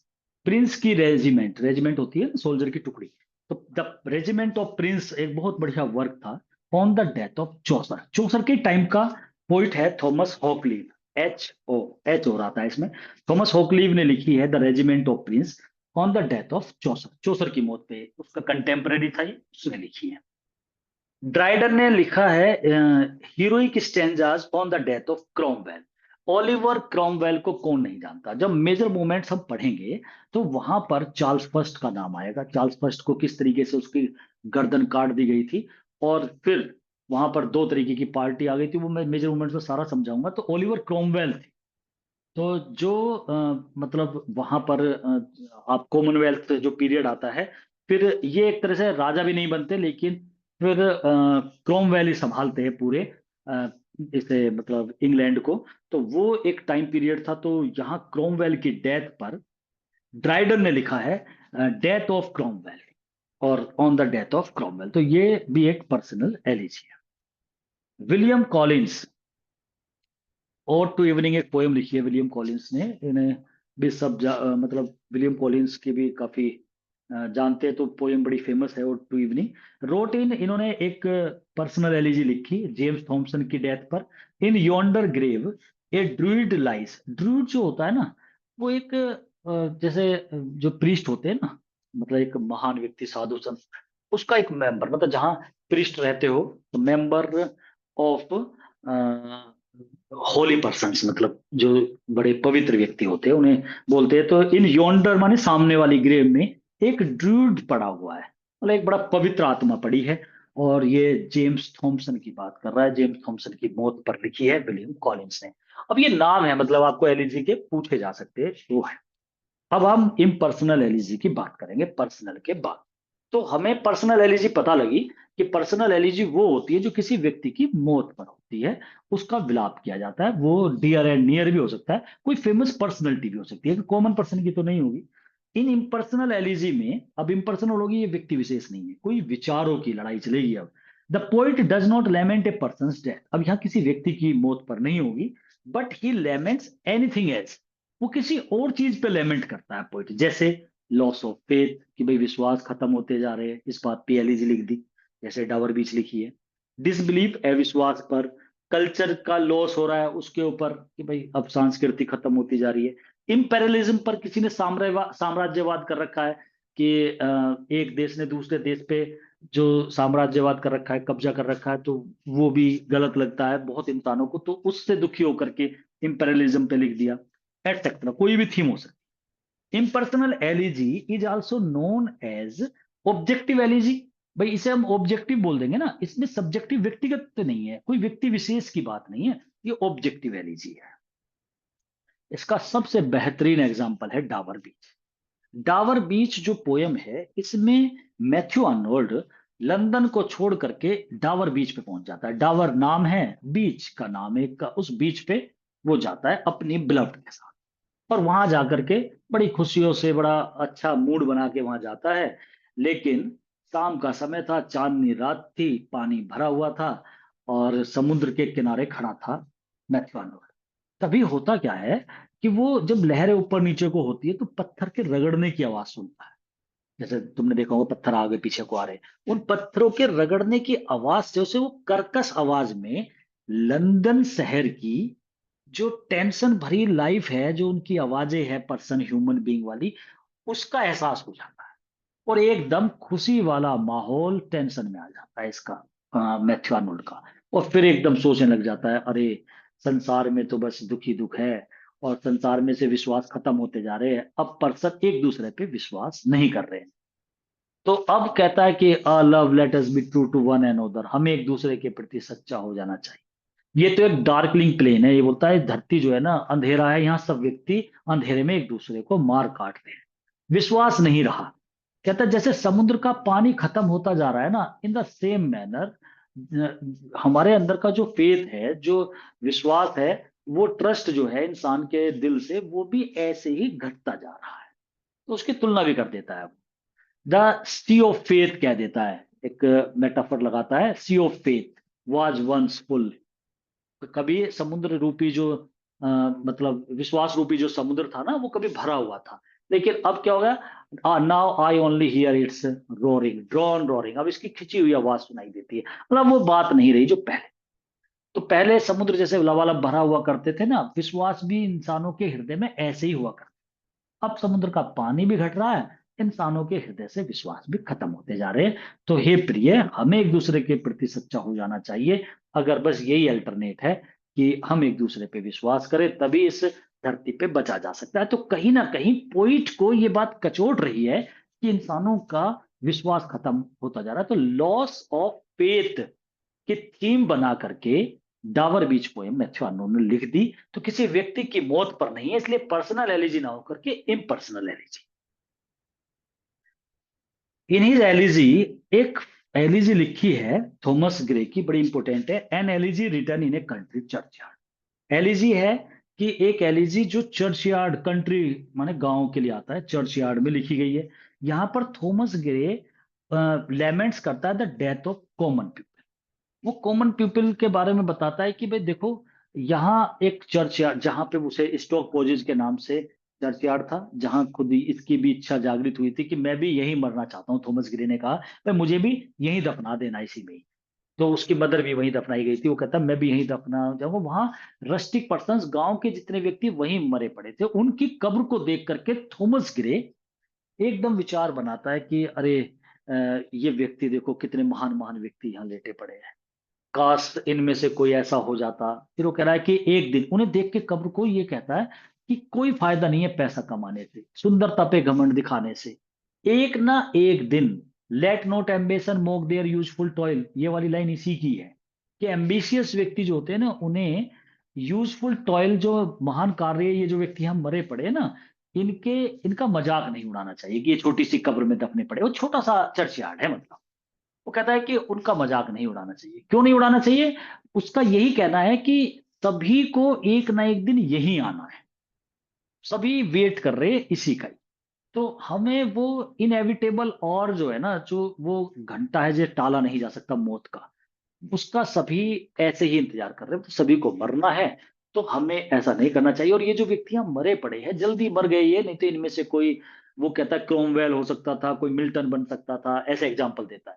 और फिर बहुत लेंथी है, फिर थॉमस ग्रे यही कहता है लास्ट में कि भाई इनका मजाक मत उड़ाओ, और ये जो कॉमन व्यक्ति, ये ज्यादा नहीं कुछ कर पाए, और भाग्य ने साथ नहीं दिया। अगर ये थोड़ा सा जी जाते तो क्या पता इनमें से कोई क्या बन जाता, ऐसे कहता है। और फिर ये भी कहता है बाद में, अरे चलो ठीक रहा ये जल्दी मर गए, अगर ये जिंदा रहते तो हो सकता था कोई पथभ्रष्ट हो जाता, कोई बेईमान हो जाता, करप्ट हो जाता, बुरा हो जाता, तो कम से कम बुरे काम करने से भी तो बच गए। भाई चलो अच्छे ना कर पाए तो बुरे भी तो ना करे, अच्छे के अच्छे ही मर गए, मतलब ऐसे बोलना चाह रहा है। तो ऐसे करके थॉमस ग्रे बड़ा बड़ा परेशान है, कॉमन पर्सन की कब्र पे वही खड़ा होकर के ऐसे पोएम को बनाता है। तो वो एलिजी है ये। तो an elegy written in a country churchyard, एक एलिजी जो गांव के चर्चयार्ड में लिखी गई है। थॉमस ग्रे लेमेंट करता है डेथ, कॉमन पीपल की डेथ पे विलाप कर रहा है, जो बरीड हुए इस कंट्री चर्चयार्ड में। इसका नाम स्टॉक पोजिस है चर्चयार्ड का। This elegy was written in elegiac stanzas, elegiac stanzas में लिखी हुई है, which contains 4 lines of iambic pentameter. तो जो इंग्लैंड की क्लासिकल वालों में अलग था तरीका, वो कपलेट में लिखी जाती थी। एलिजिक स्टेंजा इसमें बनाए, और वो कैसे थे? वो 4 लाइन का स्टेंजा है इसमें, और आयम्बिक पेंटामीटर में लिखा हुआ है। तो आयम्बिक पेंटामीटर में 2 लाइन का होता तो हीरोइक कपलेट हो जाता, राइम स्कीम मैच हो जाती अगर। लेकिन ये 4 लाइन्स का आयम्बिक पेंटामीटर। अब आपको दिक्कत नहीं होनी चाहिए, आयम्बिक पेंटामीटर क्या है, डेक्टाइलिक पेंटामीटर क्या है, इसकी तो मैं जहां तक अब समझ रहा हूं कि बिल्कुल भी दिक्कत नहीं होनी चाहिए। अदरवाइज आप रिपीट करके जो मैंने वो पढ़ाया था, बताया था, उसे दोबारा समझ लेना, आपकी क्लियर हो जाएगा। अब हम तीसरी एलिजी, जो पेस्टोरल एलिजी है, उसकी बात कर रहे हैं। Pastoral elegy came in England in the time of Elizabethan age. England की बात करें तो इंग्लैंड में एलिजाबेथन एज में पहली पेस्टोरल एलिजी लिखी गई थी, जो स्पेंसर ने लिखी थी, और जो एस्ट्रोफल लिखी थी उस पे सिडनी की मौत पर। Pastoral word is drive from pastor. अच्छा, पेस्टोरल वर्ड पेस्टोर से लिया गया है, और पेस्टोर का मतलब होता है शेफर्ड, गडरिया। तो सीधा सा पता लग रहा है पेस्टोरल वर्ड गडरिया से जुड़ी हुई हो गई है। In this elegy, pastoral elegy में poet presents himself as a shepherd. इसका ध्यान रखना है, पेस्टोरल एलिजी में 4-5 बात ध्यान रखनी पड़ेगी आपको। नंबर एक तो ये लेंथी होती है, चलो लेंथी पे तो ऐसा हो सकता है, कई बार पर्सनल एलिजी भी लंबी हो जाती है, रग्बी चैपल भी काफी लंबी है, लेकिन ये बहुत बड़ी होती है। तो एक तो ये बात है, चलो लेंथी है। दूसरी बात, उसमें जो मरता है व्यक्ति, व्यक्ति तो होगा, वो इंसान होगा, उसे सेफर्ड के रूप में देखा जाता है, गडरिया का रूप धारण करा देगा पोइट, और खुद भी एक एज ए सेफर्ड बन जाएगा, गडरिया बन जाएगा। दो बात हो गई। तीसरा इसमें क्या होता है, रस्टिक, गांव के, जब सेफर्ड है तो गडरिया है, तो सीधी सी बात है रस्टिक लाइफ दिखाई जाएगी, गांव की जिंदगी होगी। भाई सेफर्ड कोई शहर में नहीं दिखाया जाएगा, तो गांव का माहौल दिखाया जाएगा, नेचर को दिखाया जाएगा। एक इसमें नेचर जो होती है ना, प्रकृति, वो पूरी इन्वॉल्व हो जाती है पेस्टोरल एलिजी में। मतलब पोइट तो विलाप कर ही रहा है, नेचर के मतलब एक एक चीज विलाप। अभी मैं ब्रेक ब्रेक ब्रेक बता रहा था आपको, पर्सनल एलिजी, उसमें टेनेसन कोस रहा है नेचर को भी, ये कह रहा है कि कोई सब कुछ मस्त ऐसे ही चल रहा है जैसे चल रहा है, किसी पे कोई फर्क नहीं पड़ रहा, मेरा दोस्त चला गया, मैं दुखी हूं, तो कम से कम हे समुद्र तू तो मेरे दुख में आ जा। उसमें देखो वो ये बोल रहा है। लेकिन पेस्टोरल एलिजी में ऐसा कहने की जरूरत नहीं पड़ती पोइट को, क्योंकि पेस्टोरल एलिजी जो होती है उसके अंदर नेचर खुद इन्वॉल्व हो जाती है। पत्ते भी रोते हुए दिखाई देंगे, समुद्र भी रोता हुआ दिखाई देगा, और नेचर के सारी एस्पेक्ट्स जितने भी चीजें हैं, सब all things of nature lament on the death of that particular person. उसकी मौत पर नेचर की हर चीज विलाप करेगी। एक ये भी बात। और लास्ट में पोइट पहले बीच में तो क्या करेगा, देखो इसमें 3 पार्ट बनते हैं। जब स्टार्टिंग करेगा पोइट, तो जैसे इपिक की स्टार्टिंग होती है ना, कि एकदम हम देवी से वो करते हैं, आह्वान करते हैं, इन्वो से इन्वोकेशन होती है, कि आह्वान करते, प्रार्थना करते हैं कि हे देवी मुझे ऐसा बना कि मैं इस, जैसे पैराडाइज लॉस्ट में मिल्टन ने करी। ऐसे ही जब पेस्टोरल एलिजी लिखी जाती है, तो हम इन्वोकेशन करते हैं देवी से, वो म्यूज देवी से, कि आप जो है मुझे ताकत दो, कि मैं इस एलिजी को इस वे में करूं कि मैं अपने दोस्त की मौत पे लिख रहा हूं या मैं इस व्यक्ति विशेष की मौत पे इस एलिजी को लिख रहा हूं। तो एक तो इन्वोकेशन होती है, फिर उस व्यक्ति जिसकी मौत होती है उसकी सारी तारीफ करी जाएगी, उसकी प्रेज करी जाएगी, ये ऐसा था, ये ऐसा था, इसने ऐसा किया था, ये इतना महान था। और लास्ट में पोइट ऐसा रूप कर लेता है, ऐसे विचार चेंज करता है कि उसकी मौत में भी फायदा दिखाता है कि ये ग्लोरीफाई हो गया, मतलब उसकी डेथ को ग्लोरीफाई करेगा, महान बनाएगा कि भाई ऐसा व्यक्ति था, लेकिन आज ये अगर मर भी गया है तो भी मतलब उसकी भी एक अच्छाई वाली चीज को दिखाता हुआ चलेगा कि कहीं ना कहीं ऊपर जाके भी भगवान इसके लिए जो है मतलब कुछ अच्छा ही सोचे हुए होगा। तो ऐसी मौत इसे मिली और ये मिली, मतलब लास्ट में भी उसे उसकी डेथ को ग्लोरीफाई करेगा। तो ऐसे करके मतलब ये एलिजी ऐसी होती है पेस्टोरल, और मेन पॉइंट जो इसका होता है सेफर्ड वाली बात होती है। इसमें जो व्यक्ति होता है, जो जिसकी मौत है वो सेफर्ड, और जो विलाप कर रहा है वो पोइट, वो भी shepherd. In this elegy the poet presents himself as a shepherd और लेमेंट करता है the death of another shepherd पे। एनोदर सेफर्ड तो वही हो गया जिसकी मौत पे है। Such type elegy is called pastoral elegy. इसलिए मैं इसे पर्सनल एलिजी का पार्ट कहता हूं, क्योंकि इसमें भी किसी व्यक्ति की ही मौत है। पेस्टोरल एलिजी में नेचर इज पर्सोनिफाइड। इसमें नेचर, मैं बता रहा था ना, नेचर खुद अपने आप को पता लगेगा कि पेड़ रो रहे हैं, समुद्र जो है वो विलाप कर रहा है, चीख चीख के हवाएं कह रही हैं कि भाई ये कहाँ चला गया, ऐसे होता है इसमें। तो पर्सोनिफाइड हो जाती है नेचर को, मानवीकरण, मतलब वो एक इंसान की तरह दिखाई देगी नेचर इसमें। तो nature is personified and it, nature also laments the death of shepherd. Shepherd की मौत पर पोइट के साथ साथ नेचर भी विलाप करती है। In this elegy the speaker जब बिगिन करता है ना पेस्टो एलिजी, तो वो इन्वोक करता है म्यूजिस, म्यूज देवी जो होती है गोडेस को, उसे इन्वोक करता है, मतलब उसकी प्रार्थना करता है, आह्वान करता है उससे। In this elegy the procession of appropriate mourners is seen. इस एलिजी में एक जलूस सा भी दिखाया जाता है, मतलब कुछ व्यक्ति मिल करके एक एप्रोप्रिएट होते हैं, उचित, प्रशंसनीय, महान, रेस्पेक्टेड कुछ मर्नर्स, मर्नर से विलाप करने वाले, जैसे पोइट मर्नर है, ऐसे और भी व्यक्ति इकट्ठे होकर के एक जुलूस सा निकाल के उस व्यक्ति की मौत पे विलाप करते हैं। और व्यक्ति कौन होंगे? सेफर्ड्स ही होंगे, वे भी गडरिया होंगे। तो सब मिलकर के विलाप करते हैं इकट्ठे होकर के। In the end of the pastoral elegy के अंत में पोइट ग्लोरीफाई करता है द डेथ को, as it is a medium to reach God. उसे कुछ इस तरीके से दिखाएगा कि अरे तुम्हारा भी जाना ठीक था, ये संसार तुम्हारे लायक कहाँ था। जैसे किड्स के लिए पीबी सैली कह रहा है तुम्हारे लिए नहीं था ये संसार, तुम चले गए, ठीक ही रहा, क्योंकि ये एक मौत ही एक मीडियम है भगवान तक पहुंचने का। तो तुम तो गॉड के पास पहुंच गए, हमें यहाँ छोड़ गए नरक में। जैसे नॉर्मल भी इंसान बोल देता है ना कि अरे वो स्वर्ग में है भैया, वो मजे है, यहाँ तो हम मर ही रहे हैं, ऐसे ये करता है लास्ट में। रस्टिक लाइफ को डिस्कस किया जाता है पेस्टोलॉजी में। ये भी समझने वाला क्वेश्चन है, चल लिखा हुआ भी ना आता, अगर आपसे पूछ लेते अर्बन लाइफ होती है डिस्कस या रस्टिक होती है, तो आप खुद भी बता सकते थे अरे जब सेफर्ड का जिक्र होता है तो सीधी सी बात है नेचर का जिक्र होता है, नेचर जो है वो विलाप करती है, सेफर्ड होता है इसमें, जो मर गया और जो विलाप कर रहा है वो भी सेफर्ड होता है, प्रोसेसन होता है सेफर्ड्स का। तो इसका मतलब तो रस्टिक लाइफ ही होगी, कार्बन कैसे हो जाएगी? तो ये तो समझने वाला क्वेश्चन है। The model of pastoral elegy was set by, अब ये पेस्टोरल एलिजी का मॉडल भी ग्रीक में हुआ था, और थियोक्रेट, थियोक्राइटस है, ये नाम ध्यान रखना है, who belongs to Greek, Greek के राइटर है थियोक्राइटस, और उन्होंने पेस्टोरल एलिजी का मॉडल बनाया था, स्टार्टिंग इन्होंने करी थी ग्रीक में। ठीक।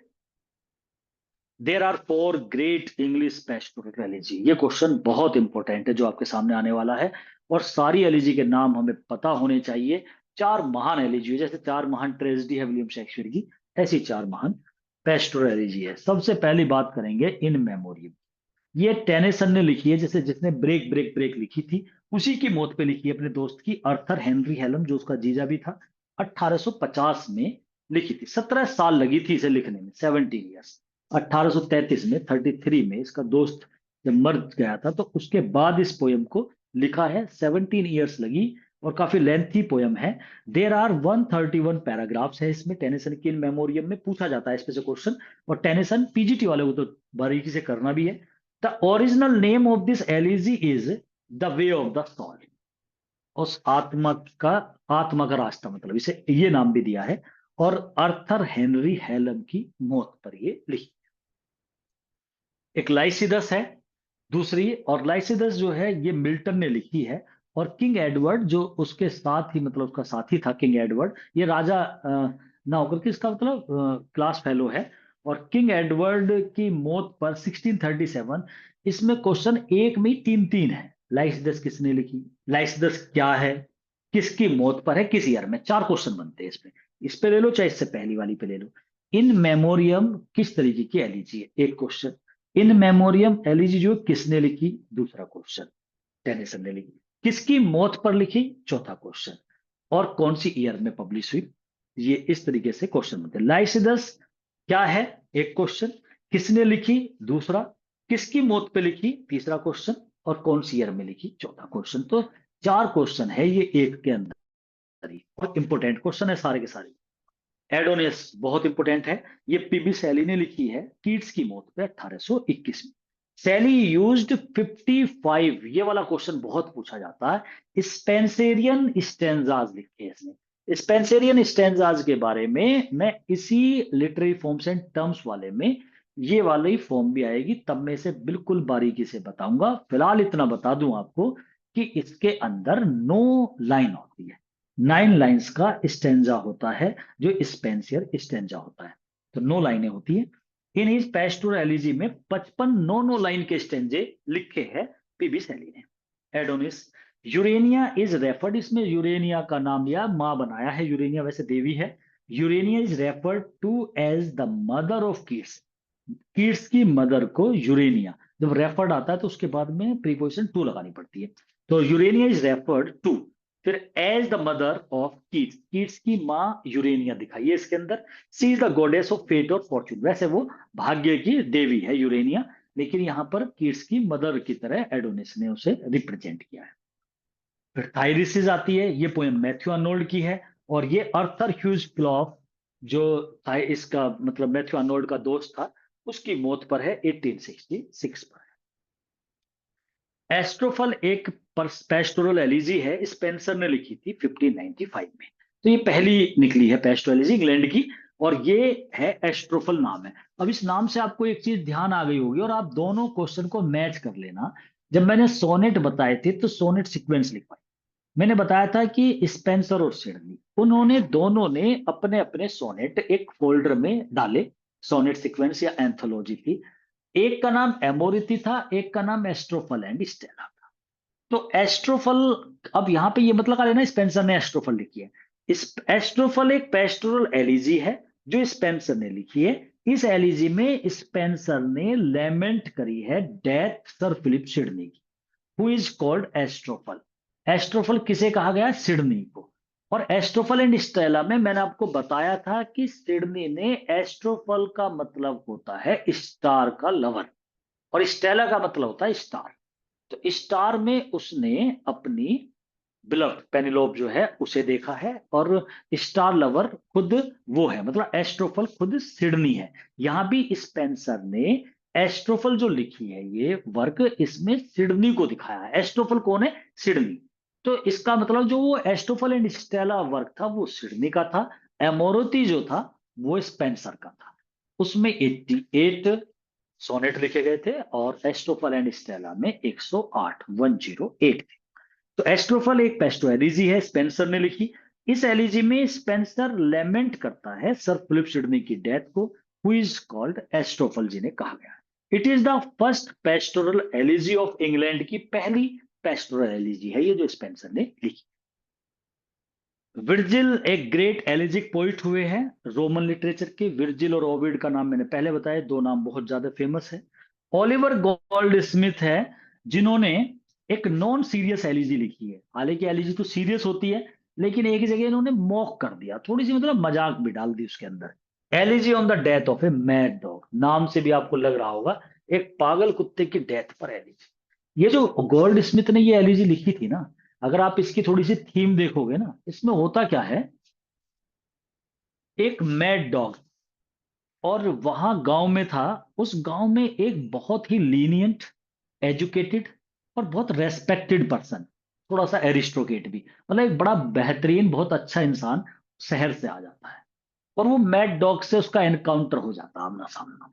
अब देखो गांव वाले देख रहे हैं, और उस कुत्ते ने उसे काट लिया। तो अब कुत्ते ने काट लिया तो सब परेशान हो गए कि भाई ये व्यक्ति अब मर जाएगा, भाई मैड, वो पागल कुत्ता था कि जल्दी ये भी पागल हो जाएगा और ये व्यक्ति मारा जाएगा। अब जैसे ही सब परेशान थे, वो व्यक्ति खुद भी परेशान था। रात गुजरती है, जब नेक्स्ट डे आता है तो कुत्ता मर जाता है, आदमी नहीं मरता। अब व्यक्ति दूसरी तरह से परेशान है कि भाई ये, इसका मतलब ये इस कुत्ते से भी ज्यादा भयंकर है। अब दिमाग में ये आ जाता। तो अब वहां पर सब व्यक्ति उस कुत्ते की मौत को लेकर के परेशान हो जाते हैं। तो पोइट ने वो एक इंसिडेंट लिया और इसी पे ही ओलिवर गोल्ड स्मिथ ने, वो जानवरों के बारे में ज्यादा करता भी है, उसने इसी पे ही लिख दिया कि भाई एलिजी बना दी on the death of a mad dog. There are three parts of traditional elegy. अगर एक पारंपरिक एलिजी को देखें तो उसमें तीन पार्ट होंगे। लेमेंटेशन, सबसे पहले विलाप करेंगे, फिर उस व्यक्ति की एडमायर करेंगे, प्रशंसा, कि भाई ये व्यक्ति तो इतना महान था, ऐसे था। फिर बाद में कॉन्सोलेशन, सांत्वना देंगे कि भाई चलो जो हुआ वो ठीक है, तो आप भगवान तक पहुंच गए, सही रहा, ऐसे करके ये तीन पार्ट हो। थॉमस ग्रे ने एक एलिजी, तो एलिजी रिटर्न कंट्री चर्चयार्ड लिखी थी, एक on the death of a favourite cat. ये उसकी फेवरेट कैट थी, उस वो मर जाती है तो उसके ऊपर इसने एक एलिजी ये भी लिखी। Nothing in Arnold's verse. Arnold की जो वर्स है ना, पंक्तियों में कुछ नहीं है इतना अरेस्ट करने वाला है, जैसे अपनी तरफ को खींचने वाला, पकड़ने वाला, जकड़ने वाला, कुछ भी नहीं है उसकी वर्स में ऐसा, जैसा कि इसके एलिजिक नॉट।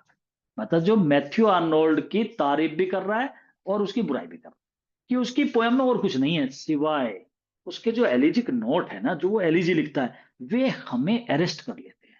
मतलब हम जकड़ जाते हैं, हमें कब्जे में कर लेते हैं। इसका मतलब जब एलिजी को देखते हैं ना तो रुका नहीं जाता, हम बाउंडेड से हो जाते हैं, ऐसी ही लिखता है एलिजी। ये ह्यूज वॉकर ने कहा है। तो ये अरेस्टिंग वाली जब बात आती है, वॉक माने चलना, अरेस्ट माने पकड़ना, ऐसे जोड़ देना दोनों को, ठीक है। यूलोजी, जैसे एलिजी होती है, इसमें ई साइलेंट है और इसे यूलोजी बोलते हैं।